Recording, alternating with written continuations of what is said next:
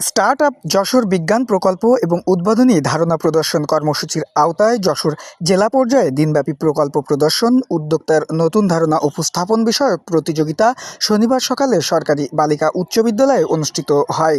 বর্তমান সরকারের মেধা বিজ্ঞান উদ্ভাবনের দেশ, সবার আগে বাংলাদেশ শিরোনামে ঢাকায় মাধ্যমিক ও উচ্চ মাধ্যমিক অধিদপ্তরের এডুকেশনাল এক্সিম সাপোর্টের স্কিমের উদ্যোগে এই প্রতিযোগিতার আয়োজন করা হয়। প্রধান অতিথি হিসাবে প্রতিযোগিতার উদ্বোধন করেন অতিরিক্ত জেলা প্রশাসক শিক্ষা ও আইসিটি খান মাসুম বিল্লাহ। জেলা শিক্ষা অফিসার মাহফুজুল হোসেনের সভাপতিত্বে বক্তব্য রাখেন সরকারি এমএম কলেজের সহকারী অধ্যাপক নাহিদ নেওয়াজ, সরকারি বালিকা উচ্চ বিদ্যালয়ের ভারপ্রাপ্ত প্রধান শিক্ষক মোহাম্মদ সালিহ উদ্দিন, জেলা স্কুলের ভারপ্রাপ্ত প্রধান শিক্ষক মোহাম্মদ জয়নুল আবেদিন। উপস্থিত ছিলেন এনডিসির তাহমিদ হাসান, সদর উপজেলা মাধ্যমিক শিক্ষা অফিসার সাইফুল আলম সহ শিক্ষার্থীবৃন্দ। পরিচালনা করেন সিনিয়র শিক্ষক আহসান হাবিব পারভেজ। সকলের সুস্বাস্থ্য কামনা করে আমি আমার বক্তব্য শেষ করছি। ধন্যবাদ সকলকে। উদ্ভাবনের দেশ, সবার আগে বাংলাদেশ, বাংলাদেশকে নিয়ে যেতে চাই। সম্মানিত করে দেখেছো বা কোনো বইতে পড়েছো? স্টার্টআপ কি কে বলতে পারবা? বলো তো বাবা। আমাদের লার্নিং এর কি কোনো শেষ আছে? এই যে নতুন উদ্যোগ, নতুন চিন্তা, নতুন উদ্ভাবনী, সৃজনশীলতার বহিঃপ্রকাশ ঘটানো, এটাই স্টার্টআপ।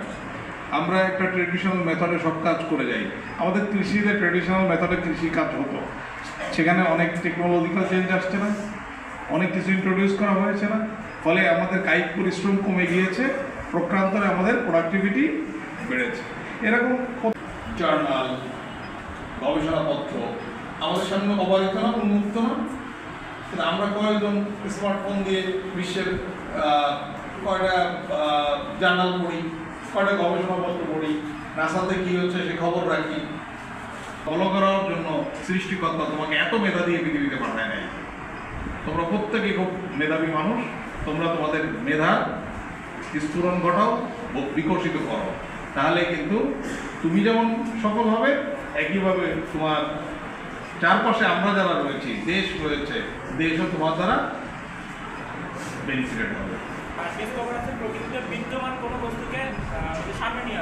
ঠিক রিস্ক আছে যে কোনো ব্যবসার ক্ষেত্রে, যে কোনো উদ্যোগের ক্ষেত্রে আমাদের রিস্ক ফ্যাক্টর অ্যানালাইসিস করতে হবে।